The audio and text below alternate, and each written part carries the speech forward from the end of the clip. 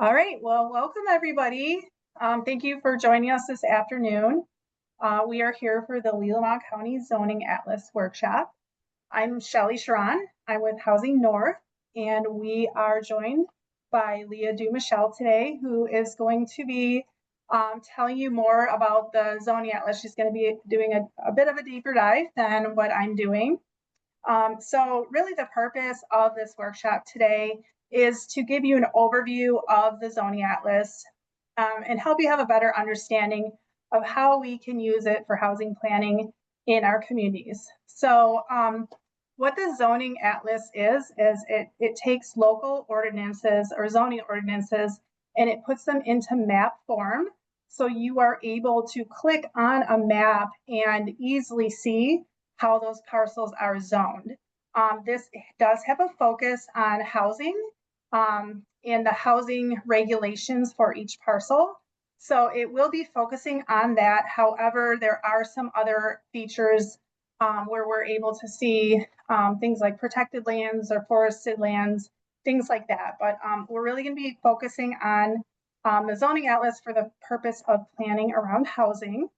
So I have a brief presentation that I'm going to do, and then I'm going to be handing things off to Leah here. And I would say it'd be best if we do save questions until the end of the presentation. However, if you have something, really pressing that pops on your mind and you want to put that in the chat during the workshop, we'll make sure to touch on that at the end. So I just wanted to talk about the Region D goals for the Regional Housing Plan and how the Zoning Atlas helps support that.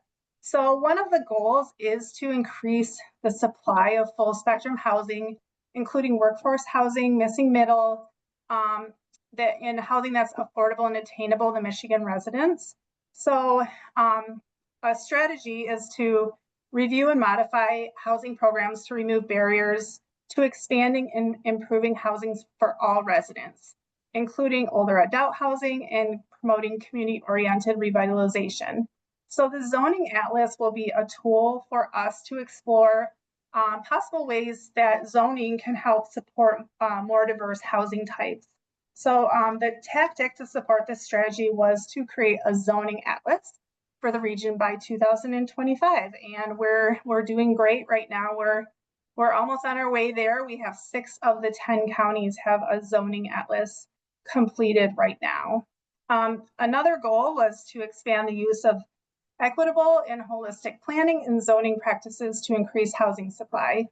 So one of the ways to do that would be to encourage units of government to adopt zoning reform strategies to remove obstacles, increase housing stock, and streamline the approval process for housing development at the administrative level. So the zoning atlas can also serve as a tool for us to look at current zoning and potential changes that you as a community may want to make to the zoning to be able to create more diverse housing opportunities, but also help streamline that approval process for the types of housing that you're looking for in your community.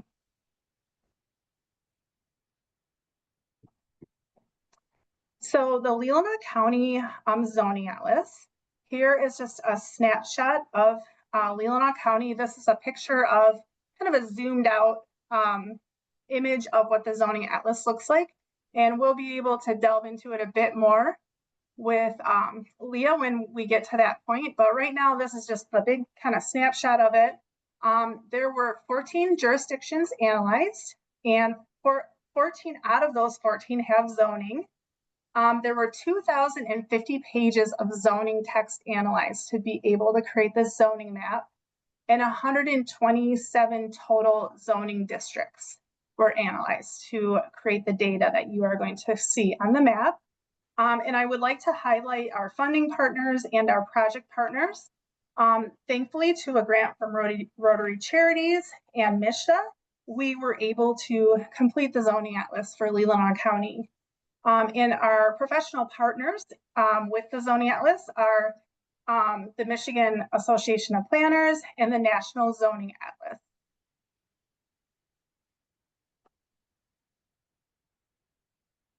So just a bit of an overview of how the Northwest Michigan Zoning Atlas will help create more diverse housing options. It makes this zoning information more accessible and easier to understand. It helps us to understand where zoning laws restrict housing types in their location. It helps communities identify where zoning reform can permit more housing types, and it can show where unused legal capacity exists to identify areas with potential for new housing development, can support planning for housing across jurisdictions, and it can identify areas where things like attainable housing districts, neighborhood enterprise zones, and other incentives would be beneficial. I am actually going to now pass it off to Leah, who is going to delve in a bit more to actually going right into the zoning atlas and showing you ways that it can be utilized. Great, thank you. I'm going to share my screen, which I think you have to stop your share first, Shelley. Oh, sorry about that. There you go. Okay, I'm going to share my screen. I'll just do that right now while we're kind of fussing around with it, and then I will give myself a brief introduction here. As we said, I'm Leah Dumichel. I'm the Director of Programs and Communications at the Michigan Association of Planning. Just briefly about us, we're the state chapter of the American Planning Association. We're a 501(c)(3), and our mission is to provide information, education, and advocacy to our members, which we have been doing for more than 75 years here in Michigan. We have been the state team lead for the National Zoning Atlas project. When we heard that zoning laws were dramatically impeding our ability to provide housing in our state, we said, well, we're the planning and zoning folks. We probably we probably need to be at the table for the solution there. And so as I said, we've been the state team lead bringing the National Zoning Atlas to Michigan, and we're working to understand the zoning for housing across the whole state. On a county by county basis. Yarrow has been so spectacular in her determination to get this tool in the hands of all Northwest Michigan decision makers. So this is a really great tool that your region has access to, and thanks in a large part to that great leadership. So the work that we're about to see was done by the professional staff and team at the National Zoning Atlas. So they've been partnering with Housing North directly to, kind of ground truth the data and to make sure that, all the findings are well understood and well grounded. As Shelley mentioned, 6 of the counties in your 10-county region have either been completed or on their way to completion, and that they joined 4 counties in West Michigan. So we are really working towards statewide coverage here. And just to give you a little more background, the work for our 3-county pilot program was done, that was in West Michigan, and that was done by me myself with a team from the University of Michigan, which I say only to let you know that we have, between all of us, a pretty good deep background into how this information was created and what went into it.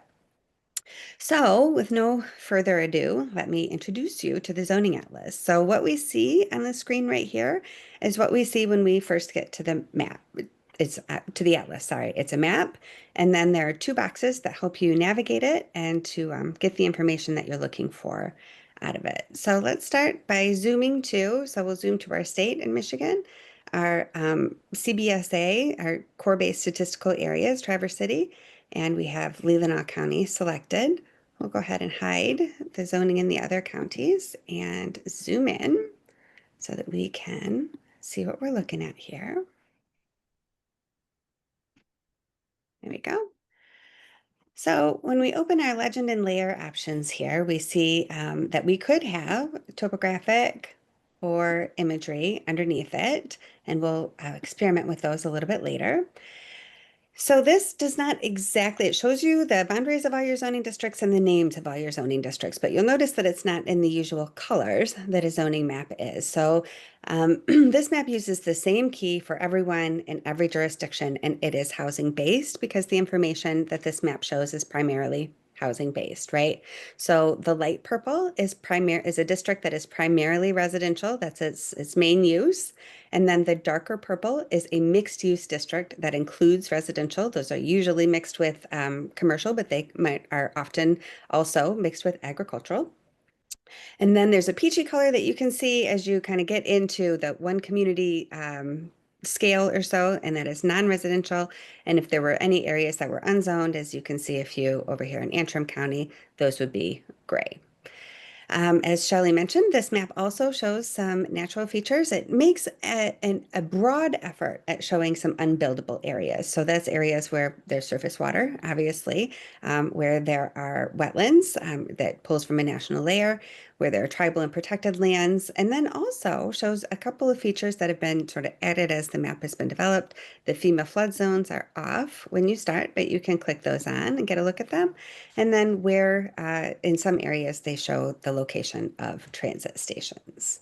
So again, zoning information is housing focused. This summarizes an analysis of about 100 variables that are related to housing, which the team obtained by reading every zoning ordinance and answering questions like, in this district, is one family housing allowed? What are the setbacks? Does it need to be required? Does it have to be required? Does it have to be connected to infrastructure? What is the maximum impervious surface? All of those are answered for each zoning district, and that is what we see on the map. So let's take it for a spin. Looking at the whole county, there are a few questions that this tool specifically aims to make it easy to answer. And those are questions like, show me where people can build in this county single-family homes. We see that that is a lot of areas in the county. How about where are the areas where single-family homes are the only thing that can be built? That is many, but not all areas of the county. How about the areas where single-family homes can be built on small lots? Oh, those are very small areas. That's a very limited opportunity. So one question that you might have as I clicked on this is, well, what do you mean by a small lot? So if we click on these little eyes that are next to it, a pop-up will show us exactly what that filter is telling us. So here, by a small lot, we mean where a single housing unit, whether that's detached, semi-attached, or attached, can be built on less than a quarter acre of land by right, meaning that it doesn't have to go through a public hearing. How about where can we build missing middle housing? There's actually more opportunities for that than there are for single family housing on small lots. And what do we mean by that? We mean 2, 3, and or 4 or more housing units to be built by right. If we take out the 2 and 3 units and we just look at 4 or more units, that constrains a bit, but there's still some opportunity. How about accessory dwelling units? This is kind of a surprising finding in Leelanau. The results from jurisdiction to jurisdiction across the 10 counties or so that I've, sort of had an opportunity to engage with the results for, it's usually a little patchier. Maybe half or so of the communities will allow some kind of accessory dwelling unit across the entire geography. That is just not the case here. We'll talk in some detail about accessory dwelling units later. And what do we mean by that? We mean where a single housing unit can be built as an accessory use, like that is how the code classifies them. And then finally, housing without parking. This is actually quite a bit of opportunity here, which is great. This does not mean that this is all the places that houses will be built without parking. It just shows us where there's flexibility about how parking for that housing is provided. So that's kind of the overview, the easiest questions, the questions that just the most casual user of the Zoning Atlas might be most interested in engaging with. Let's lean in now a little more and talk about other users of the Zoning Atlas. So I would like to talk a little bit about how the Atlas can fit into the development process, really as it exists today. So before I was at MAP, I was a planning consultant for 9 years or so. And during that time, I found that one really frustrating part of the process was this initial site selection conversation about like, okay, well, I have this idea for a project, but like what's allowed and where, right? It was frustrating to the person who was asking the questions because they really just wanted some base level information kind of on their own time so that they could digest it a little bit more. But it seemed like every little thing in the zoning code had the potential to dramatically affect your project and also sort of needed a personal guide to like walk through the zoning code and look at exactly where things were because there were references and you had to follow them. And it just really seemed like a lot harder than it needed to be for this level of question. And it was frustrating to me as the person who was providing it because there was never enough capacity to go around. This is true in small communities where there's never enough capacity to go around, period. But it was also true in larger communities where there's just a lot going on. And even though there's more capacity, it seems to, there seems to be a never-ending wellspring of eating it up. So a tool to take the pressure off this conversation really seems like something that is very helpful in the process as it exists today. So, I'm going to say this a few times. I'm going to say this right up front. This is not going to replace every visit to the development counter. It's not meant to, it's not intended to. It's most certainly not going to replace that last one where you sit down with the project parameters and everybody agrees on what's needed for this project to go forward. But where it can take the pressure off is the first few visits, where everybody's just trying to understand the scope of what's possible and where we could possibly do it. So I'm going to step into the shoes of a developer. I'm a brand new one. Like we need more people in the game in order to, solve our problem. We don't even have enough capacity right now. So I'm going to have a look around sort of like through that lens. So this is true. I'm a big advocate for duplexes. I live in one. In fact, you can't see it because it's blurred, but you're looking into one right now. As a planner, I think that they're really some of the best gentle density around. It has the potential to double our housing capacity, and yet to do that in a slow, gentle way that really takes advantage of existing trends in shrinking household sizes and increasing structure sizes. So I'm just going to take a look around and I'm going to say, okay, well, if I were going to build something, I would like to build a duplex. And I'd kind of like to do it in kind of an interesting mixed use commercial amenity nearby of context. Can this tool help me do that? So I'll go right over to my two family first. And first I'll just say, okay, well, where is this allowed? And here are all the places in the county where the zoning code says that a two-family is allowed by right. How about if I go through a public hearing, which is listed as maybe in this tool? And if anybody has shepherded a project through a public hearing, you may agree with that classification. That did open up, I'm going to click it off and back on again. That opened up a little bit more opportunity. But one thing that's helpful about having this tool is that I'm a brand new developer. I'm kind of scared of a public hearing, to be honest with you. For my first look around, I would really like to just really focus on sites that aren't going to require me to go through that process. So that's good information to have right up front. And because I'm a planner, we're always like, can we be more flexible about parking? I'm just going to take a look. How many of these places that allow a duplex by right will allow me to build it without parking? Oh, okay. Maybe more of them than, so here are the places that, yes, have a parking requirement. And here are the places that do not have a parking requirement. Well, interestingly, I see a couple of places that I'm interested in here. So I think I'm going to leave that filter on while we take a little closer look. So I'm going to kind of hone in. Remember, I said I was interested in a little mixed use environment here. So those are my darker splotches of purple. I have this kind of in my sights here. I will lean in a little bit and pull those a little bit closer. And now just kind of take a look around. The first thing that I want to say from here is that this shows me something that I am not even able to see right now. What this shows me is you can see my cursor's in Cleveland Township right now. Right over here, we can see the restrictions in Glen Arbor. Down here, we can see in Castlin, and even way over here in Centerville. So without this tool, if I want to know how duplexes are provided in those 4 different municipalities, what I'm going to have to do is I'm going to have to go on each of their websites and I'm going to have to look under, their tabs, and I'm going to have to click on see if they have both the zoning ordinance and the zoning map available on their website. It has to be both. And I am going to need to go through the zoning ordinance through each district to see which districts permit two-family housing and which don't.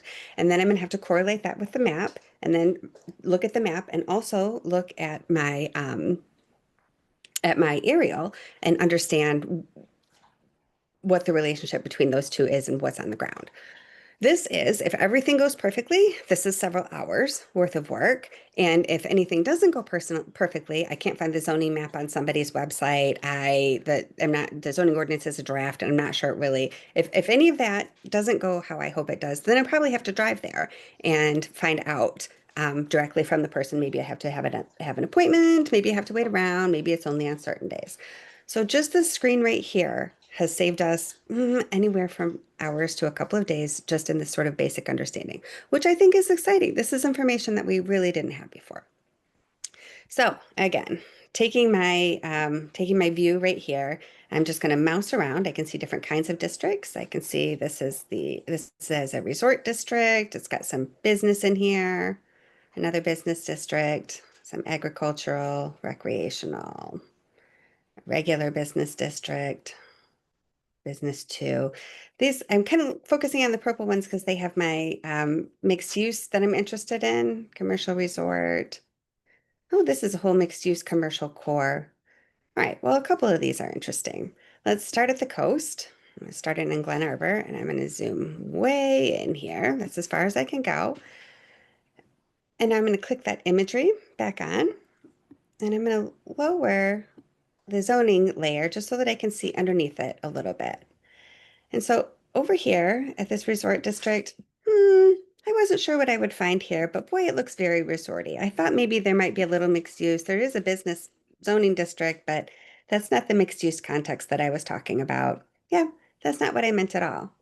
That saved me the time of going there and, either trying to match those two or to drive it and find out. How about, oh, please hold on.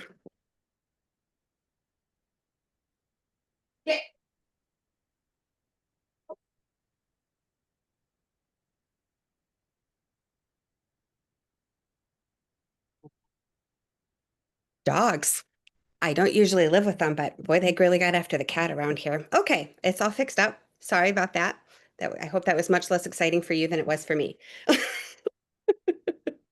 All right, so looking at downtown Glen Arbor here, I'm going to lean all the way in and I'm going to say, okay, is this the kind of context that I had in mind? Recalling again, I'm looking for, just a residential scale duplex that has some commercial amenities. So what I can see here with my planner eyes is that the parcels are a little bigger than I had in mind. I can see some kind of bigger parking lots. I can see bigger buildings, the street, 4 lanes here. And I know this is familiar to everybody here, but if I just had planner eyes and I was looking from anywhere else, I could say, boy, there's something really very special about this commercial district here. I can tell by the parking pattern, right? You have all these cars parked along the side of the road, but it's not quite the residential neighborhood that I had in mind. Might be opportunities there. I'm going to put it in my kind of maybe question here. And then zooming out one more time to just kind of take a look around here.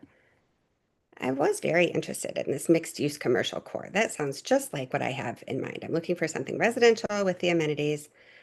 So I'll zoom all the way in here and again, take this down a little bit. And this kind of is what I had in mind. So we see a little Main Street configuration here, right, with the buildings all up next to the street. And yet I still see some smaller buildings and I see some undeveloped area that might have some potential here.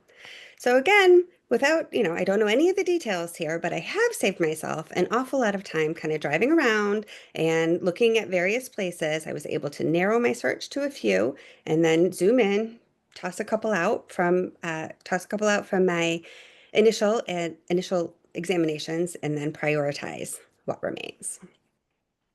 So I'm going to turn this back to plain and I'm going to turn this up a little bit. I will reset all my filters. Scooch all the way back out so that we can contemplate another exercise here. This time, what I would like to do is to start by thinking about a place rather than a project. So I am going to take my development talents to the village of Northport. I'm going to,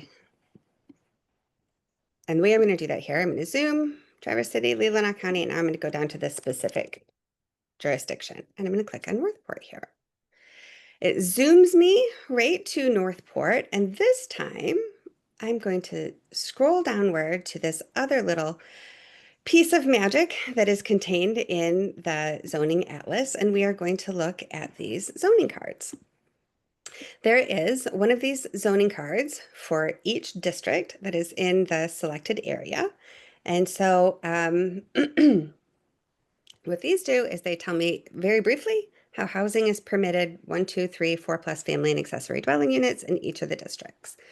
So I can see that housing is really widely allowed here. At this point, I've been a couple of years up to my eyeballs in zoning reform, and this to me looks like a village that has thought about its housing recently. And sure enough, when I was preparing for this, I saw that my housing reform eyes caught that. And so I looked up the village of Northport, and it looked like their most recent set of comprehensive amendments was in 2022. So, and I think I'm not the only one that will be able to tell that, who are, especially those that are steeped in trying to deliver projects here.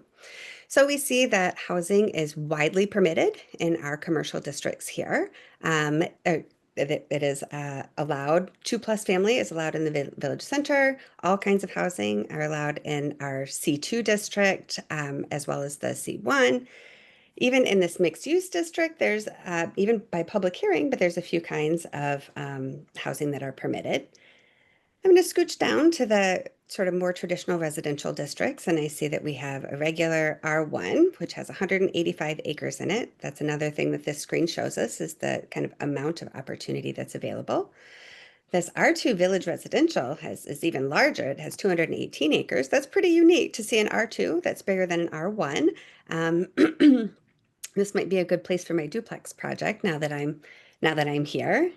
And there also is a smaller single family and a multifamily that really is pretty substantial. Sometimes when you see the multifamily, it's only a few acres and you pretty much suspect that there's one development and it already exists there. But this suggests that there may in fact be some opportunity here. So I'm interested though in this village residential. I just can't resist the well-appointed two-family zoning here. So I'm going to click on show more details. And this has an awful lot of great stuff in it, right?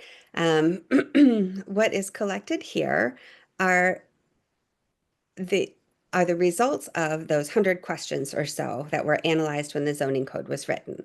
And you'll notice that while the lot size has a pretty specific number, most of the others just tell you whether or not these restrictions exist in the zoning district. So as I said, it won't get you all the way to the end. You cannot develop anything without, actually reading the zoning code. But what this does is it helps to narrow down what you chase after in the zoning district. So, right, there's the things that are in the district, and then there's all the stuff that are in various other places. This guide really helps to understand where we need to pursue further and where it helps us know what we don't know, is what I'm trying to say there. So we can take a look at that, get all the information that we want from it, and then when we are all done with that, we can close the window, and this zoom to district will take us back to the map so we can inspect that a little further. So those are 2 scenarios in which, well, 3 total, one in which we might approach this as a resident, as an interested citizen, and 2 in which you might approach this as a developer. And then in this third scenario, I want to kind of step back to the other side of the counter, put my planning hat back on, and talk about how this information can be useful to the communities that it covers. So I'm going to go back to my advanced filters, and let's say that I'm in a community that is looking to develop an accessory dwelling unit ordinance. Say we've had recent work with our master plan, and the community has said that this is something that interests us, and the Planning Commission has said, as they often do, okay, we'll work on this, but what are other communities doing? So we can take a look at our map, and we can start answering that pretty easily. So are accessory dwelling units allowed? Yes, that's in a pretty few places. How about by public hearing? Does that expand the opportunity? I'm gonna click it off and back on again. A little bit, but really not a whole lot. I'm curious about occupancy restrictions. So do places require certain occupancy characteristics. And this doesn't have a little I. What this means here is the property owner required to live in one of the two units? Is an employee, sometimes an accessory dwelling unit is attached to a commercial establishment, and the person who lives there is required to be an employee of the business.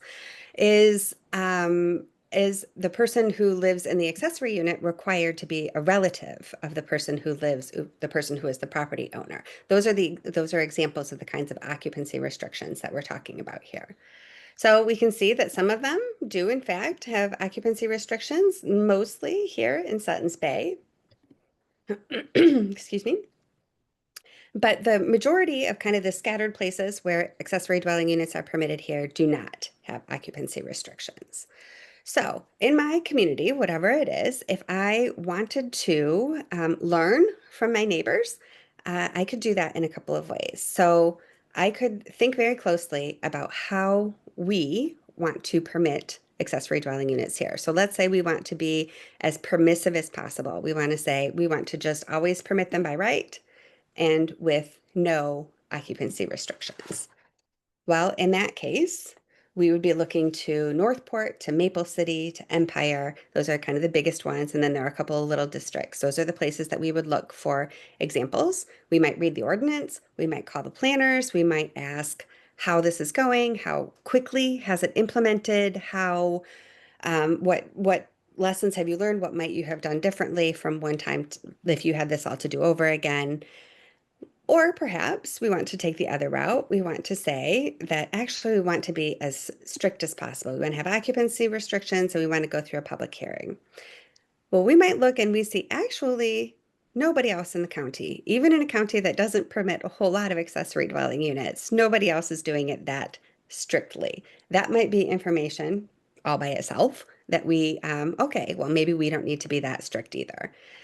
And then we can just, select the collection. So this is as many as possible. It's allowed either yes or by a public hearing with no comment on the occupancy restrictions at all. We can select from these communities those that have the characteristics that we think are most like ours or that we would like to be most like ours and learn from them that way.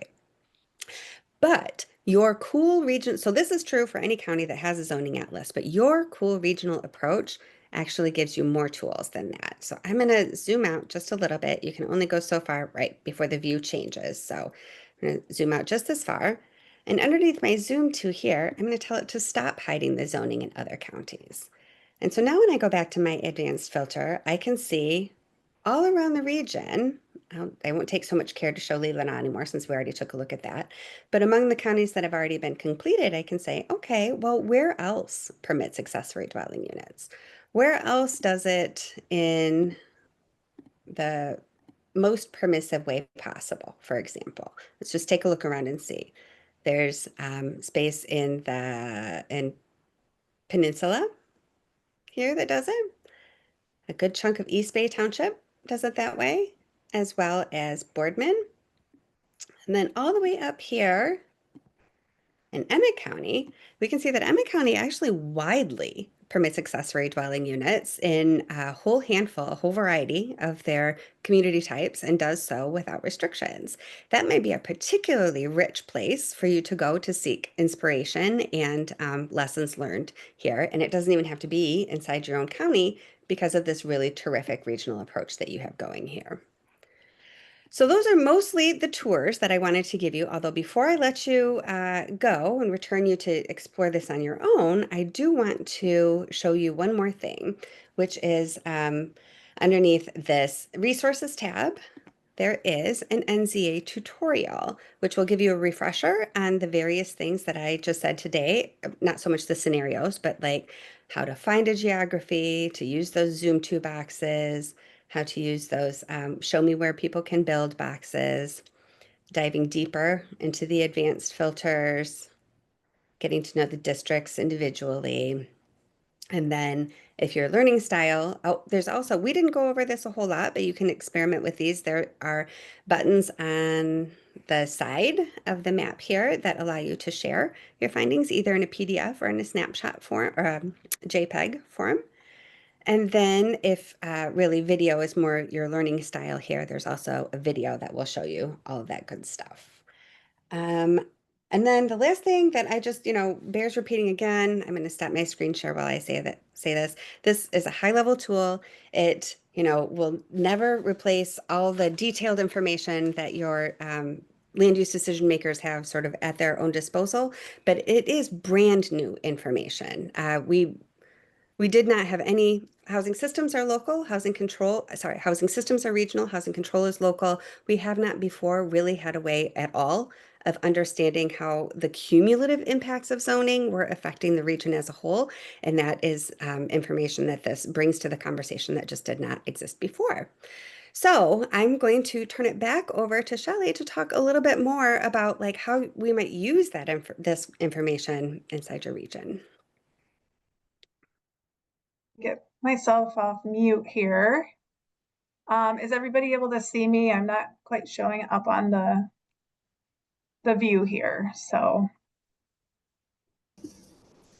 all right. Well, thank you everybody for just taking the time to listen so well and try to understand all the different uses of the zoning atlas. So, um, I think Leah showed us some great examples of how you could look as a prospective developer or even get examples from other communities of different types of ordinances in best practices.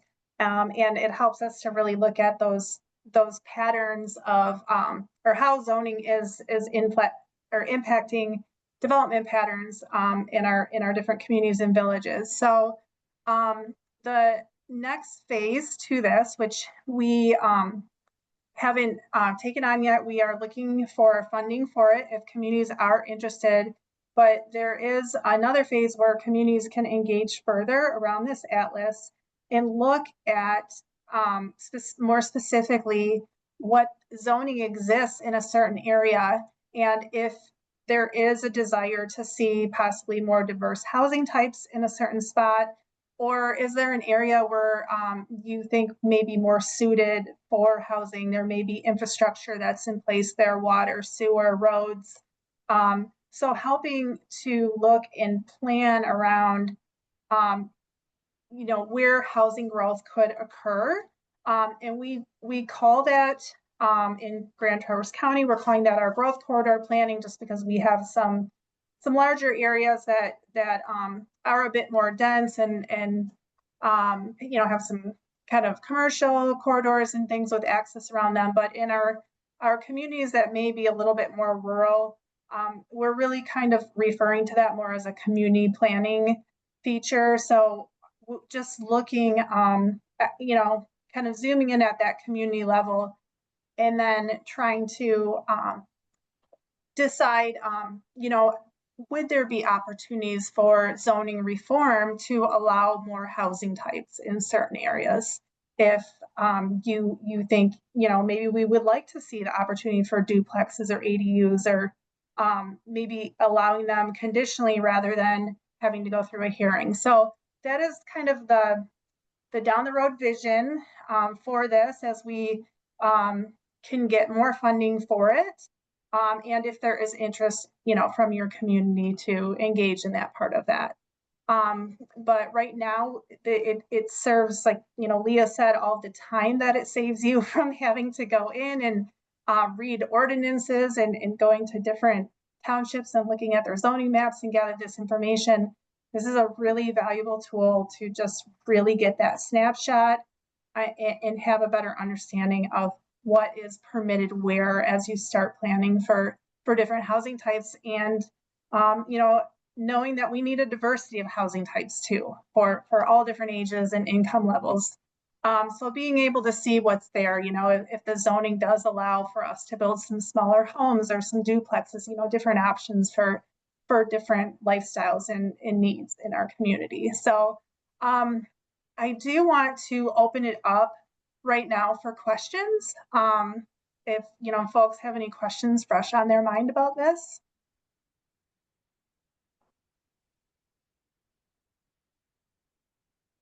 Go ahead, Lois. So I thought you were going to show that you would take off the conservancy properties or properties that are under farmland protection.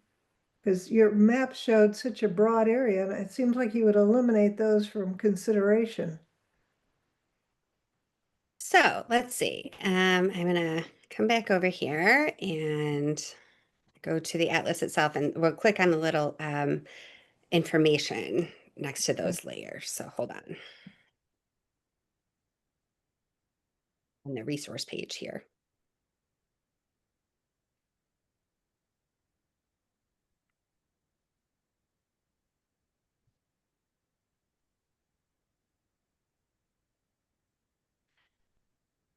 Okay.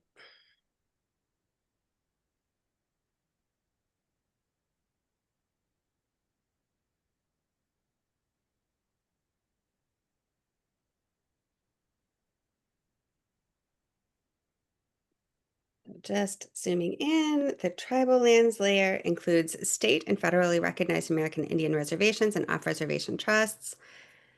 There are a few things that it does not include, and it comes from the census, and there is a link where you can get more information.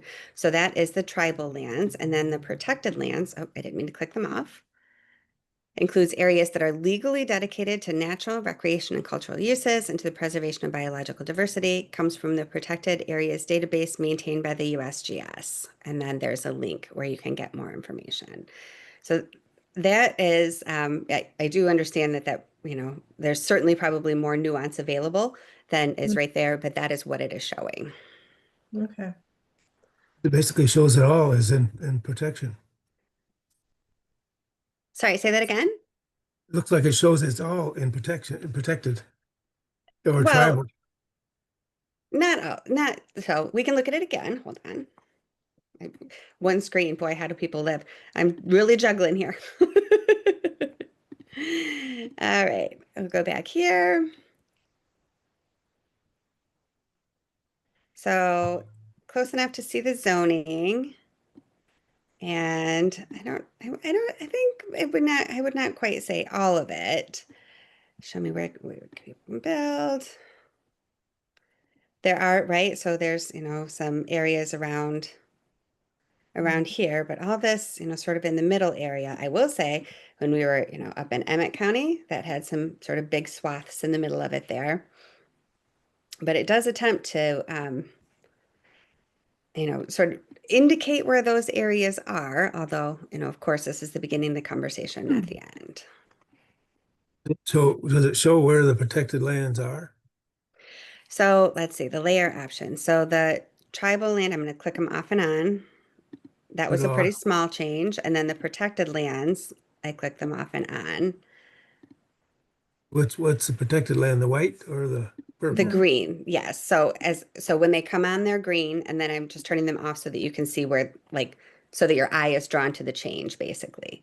Yeah, So, probably 5,000 acres in Leelanau County that are protected. That certainly doesn't show up there.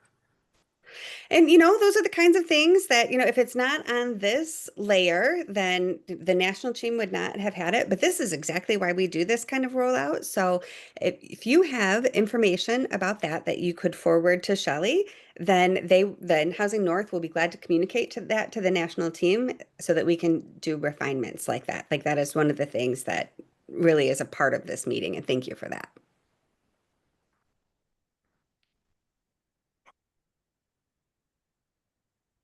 I'm just going to leave my share. What if there's another question? Hmm. Well, the areas of where you can build a really small house on less than a quarter acre, I mean, that has to have sewer and water, doesn't it? At least sewer? And that is also the case with apartments, right? So one part of this infrastructure is, tightly related to this. And yet it is possible to restrict areas by zoning, even where the infrastructure exists. So it is like no decisions can be made about this without combining this information with other information, and that is 100% recognized. So this is kind of like one tool in what needs to be a toolbox in order to get housing development done. That said, it is a tool that hadn't existed before. So just knowing where the legal constraints are, which can stop your project, even if the infrastructure exists, like you do need both of those pieces of information. Absolutely acknowledged. So how does it update when a township enacts a new zoning ordinance? I will defer to Shelley on that question. Okay, we'll at a minimum be updating this yearly, but as you know, we get information, we'll be able to send it on to the National Zoning Atlas who can put that in for updates. But at this point, we're saying, you know, at a minimum, do yearly updates for all of our areas or for, you know, the counties that it's. That's a huge task. Yeah. Well, fortunately, we are keeping track of zoning updates that occur and you know, we track them as they happen and you know, we're doing our best to keep track of that. So you know, we're fortunate for that and having people working on the ground to do so. Shelley, it's Frank. Do you have, we at the point yet where we can identify where water and sewer is available? Not on this map. And this map will not, I mean, okay, I will stop my share now because now it's just distracting. This map intends to show only the zoning and then it can be combined with other information. So the national team does not expect to know where local infrastructure is, but they do expect to offer the ability for people who do know to make a comparison. Okay.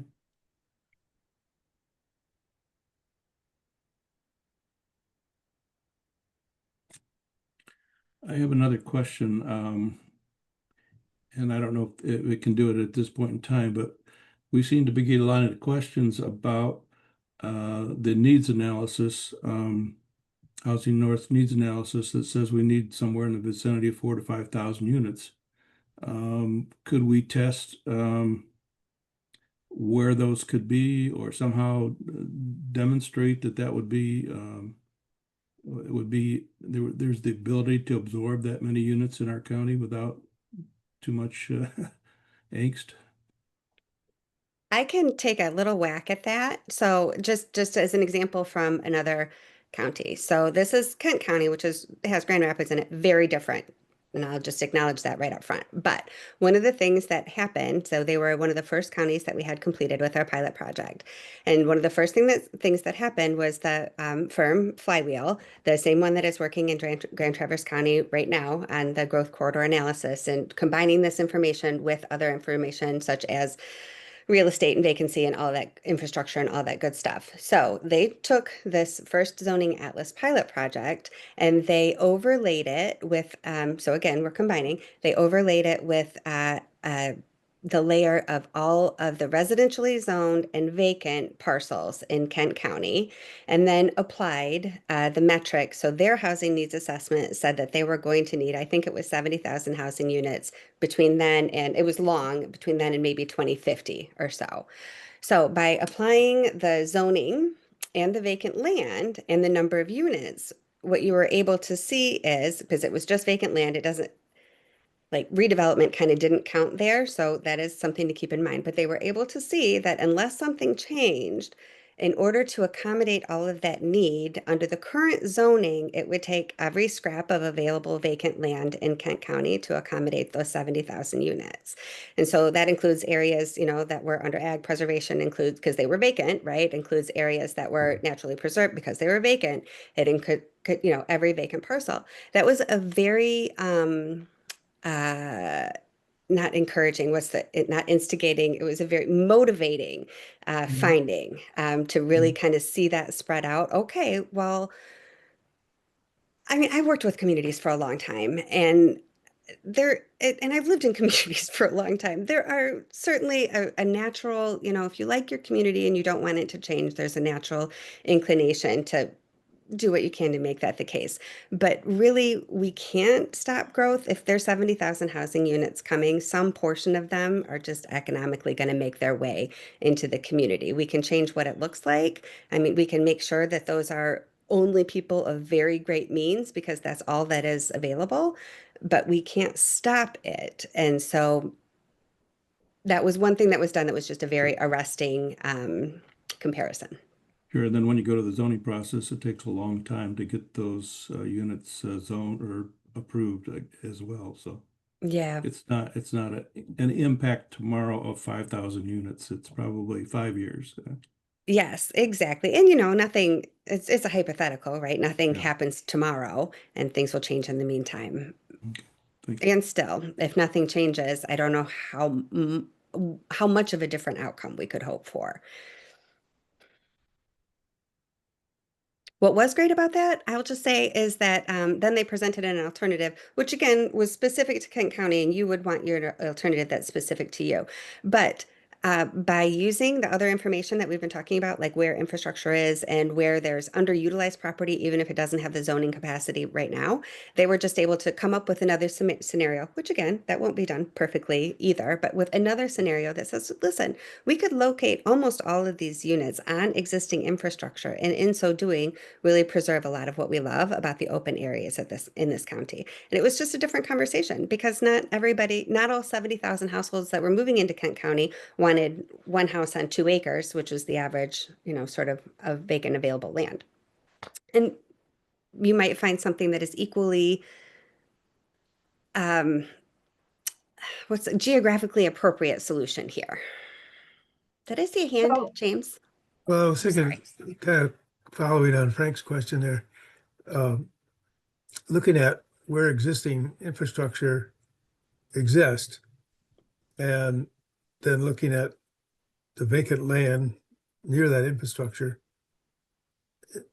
I, I didn't see in a map where you could really hone that in very well at this Yes, point. right. That's the second part of this. So that used 3 pieces of information. One was the vacant land, which we just don't have, right? That's not a part of this. But the difference was layering on top of that vacant land what the zoning constrains it to be. So even if you had a huge parcel of vacant land and you're like, oh, good, I could get 100 apartment units on this parcel of land, and that would make a big dent in what my need is. If the zoning doesn't allow it, no, even if you have the infrastructure, no, you can't. So, yes, I was describing how you could take this information that contains the zoning and combine it in the future. Like what you could do with this information in your county is to combine those 2 pieces of information and have better guidance for your policies on zoning as a result. Did And that make I'd like sense? to kind of add on to Frank's question as well. I hope this kind of answers it. This is really the first phase of this project, which is getting the zoning information down and available in this map form for you to be able to view it. But if we are able to acquire funding and there is interest in that growth scenario planning, those are those opportunities to look at, like Leah's example of Kent County, where they said, okay, let's say we put this many units that are needed in to this area under status quo zoning, which most of the lots are just zoned for single family. It will cover that whole region and take up all of the land. If there is interest in preserving land and concentrating development around infrastructure, around villages and amenities that already exist, then that growth scenario planning will allow those opportunities to make these decisions on a community level. What are the goals? What do you want to see? Where are areas that would be best suited for that growth? Where does the infrastructure exist? What are natural areas and lands we want to preserve? What are areas that we can't build on? So that is that next phase, the next step to this. So we're fortunate and grateful for the funding to get this first step down, which is this atlas that provides information that wasn't here before. It's very valuable information, but there is more that can be done with this. And I think, it sounds like there's a lot of value to that, and hearing what folks are saying and the questions that are being asked, that there is some interest in potentially moving to that next step and pulling in that growth planning. Let's say another question might be, since you've got the zoning information in there, what if we said, if there was one item or 2 in the zoning regulations that was changed, how much housing would be enabled with that zoning change? In other words, where we could go back to townships and say, if you could just change this one thing, we could open up this much more area for housing. Or we could get this much more houses in the area. So is that a possibility that you can analyze that with the atlas? Because you got the zoning information in there. Well, not quite as easily as like that is possible, but it is but not as it is, right? That would be a whole nother kind of project.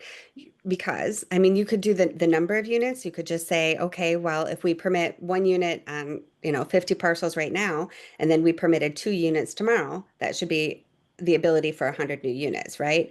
One thing that we found, and so MAP has been doing this work for a couple of years, and in 2023 we published this zoning reform toolkit, which has 15 zoning reforms. You would think you only need one, allow more housing, but we actually constrain the way that housing is developed in a variety of ways. So you can allow 2 units, but have the setbacks, but between the setbacks and the minimum dwelling unit size, have those 2 units not fit on a parcel.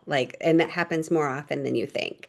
And so while it is a good start to look at, just like the pure numbers and what's constrained, it would take a deeper dive through your zoning codes form-based requirements, it's, dimensional requirements to really understand how those things are interacting.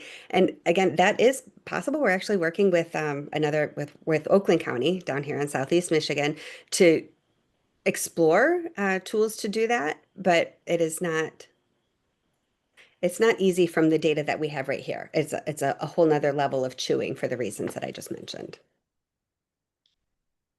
So I'm just gonna highlight the zoning reform toolkit that you mentioned, some of those suggestions out of. So that is a valuable tool that communities are using, and some of them have done zoning reform based on the guidance from the Michigan Association of Planners zoning reform toolkit. So if communities decide that they would like to look into reform, there are those set of guidelines that can help guide that process.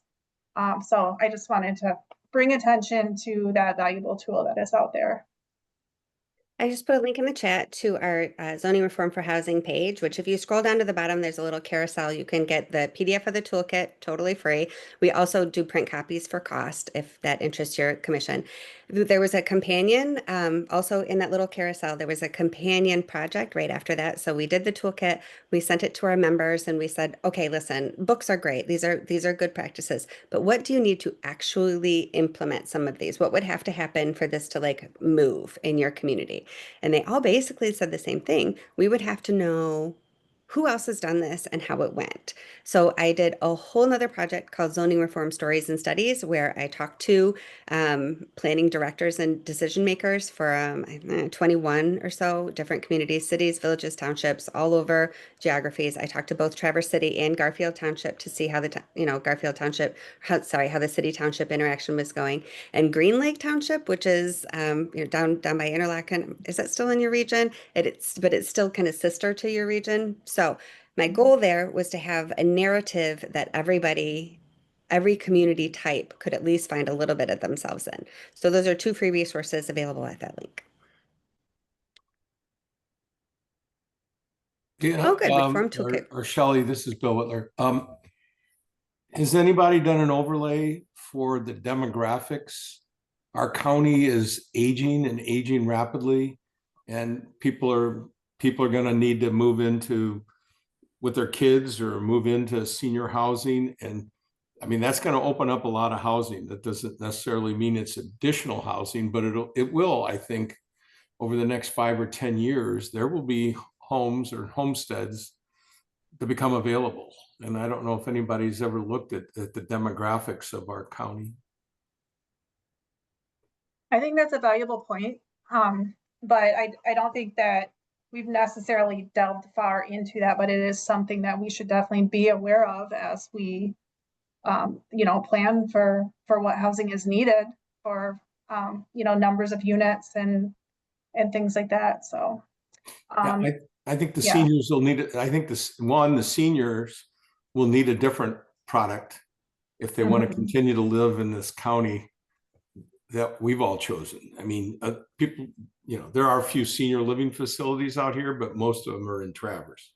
Mhm. So I see, and this is just anecdotal, I see a migration of our aging population into the urban centers close to healthcare.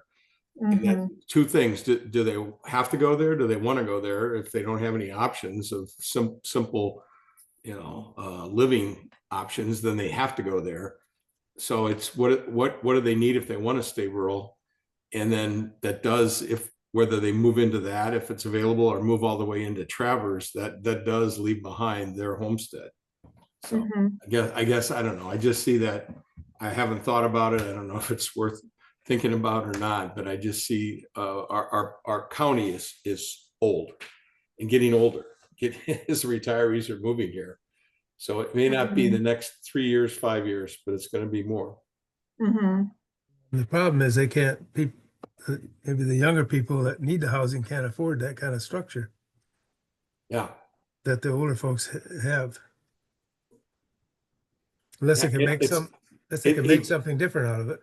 yeah, Jim, it's kind of like the Conservancy helps farmers by providing them capital. And it's kind of like it would be a crazy thought is to allow a couple that ages out of their homestead, be it a farm agricultural family or just someone that lives in a bigger home, somebody that can buy that and restructure that while they move into something more simple. I don't know. It's just something, I don't know. Maybe All I'm thinking ideas are out of the good. box. All ideas are worth pursuing. Shelley, it's Frank again. This is a great tool. I mean, I can understand how it could be used and by several different people, et cetera.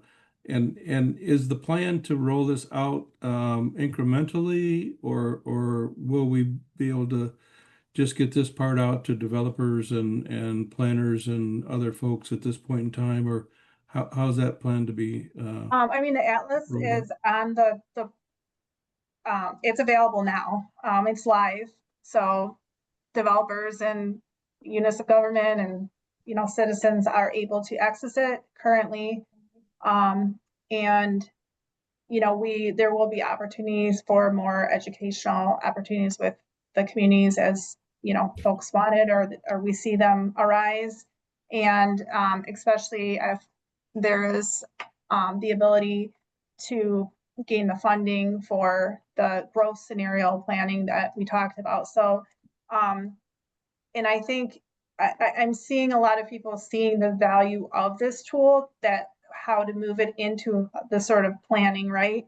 And so all those thoughts are kind of going on how to do that. So this is really a tool with information on what is permitted with housing, on what parcels or what's allowed.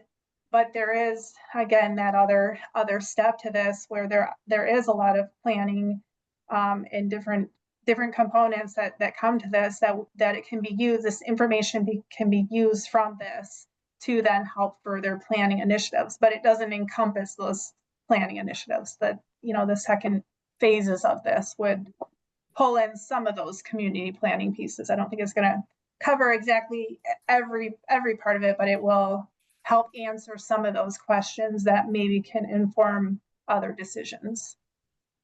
Where does it I'm reside? kind of Where does this reside at the Housing Um, North?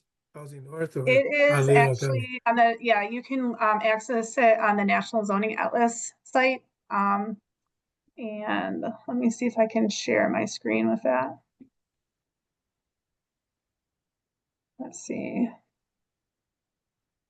I'm trying to remember if the address for this was on one of the first pages. I just dropped it into the chat, zoningatlas.org/atlas. Okay, thank you, Leah. Sure. Yeah, that's just about the housing summit. But thank you for sharing that. I appreciate that.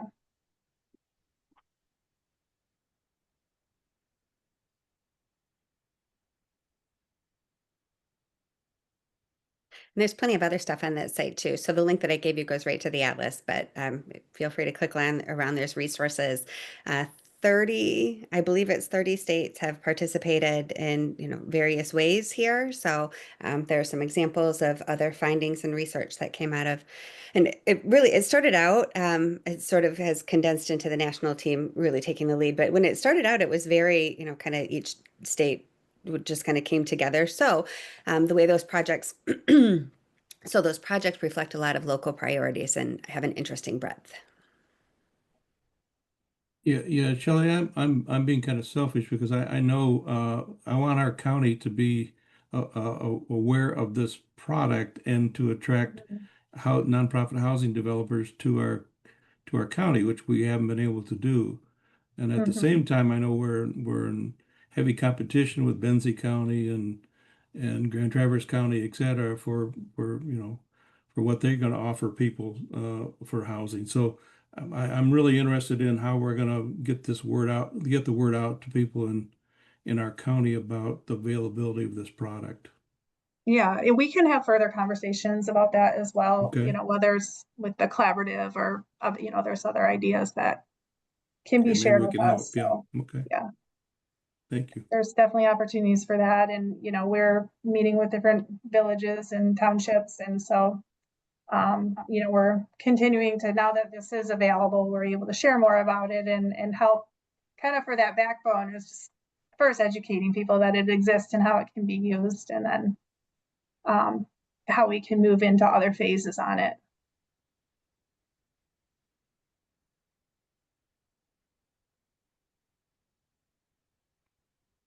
Well, if there aren't any other questions, I am going to wrap things up. You can feel free to shoot myself or Yarrow any questions after this if you have any questions about it. I am going to just share my screen again. I know that I put this up here a couple times, but I wanted to remind folks of the Housing Summit that is coming up on October 27th and 28th. There'll be, I think, a couple more workshops on the zoning atlas. Am I correct, Leah? Are there one or That's right. There's a two? workshop and then also a keynote. And I don't remember the exact times, but they're on the agenda. Okay.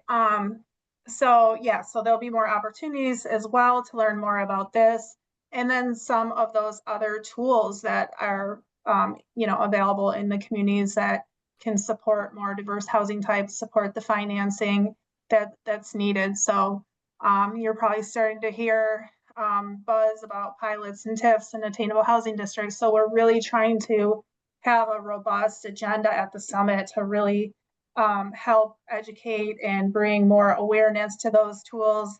And hopefully as communities and, citizens begin to understand better about how all these things work together, it can help inform our decisions with, land use decisions and different policies and like the attainable housing district and all, how all these things can really work together to support our housing. So the Housing Summit really is just a great spot that pulls all that information really packs into a couple days. We've got some really great sessions. So registration closes on October 17th, and the link to register is right here. But I will put it I'll share it in the chat. And it's also on our website. You can always go to the Housing North event page to register for any of our workshops and events that are coming up. So, and I would like to thank everybody for coming and joining us today. And we can, this isn't the end of the conversation about this. We can continue to have conversations about how the zoning atlas and other tools can continue to support us in our work in the region. So, thank you, everybody. Thank you, Shelley. Thank you.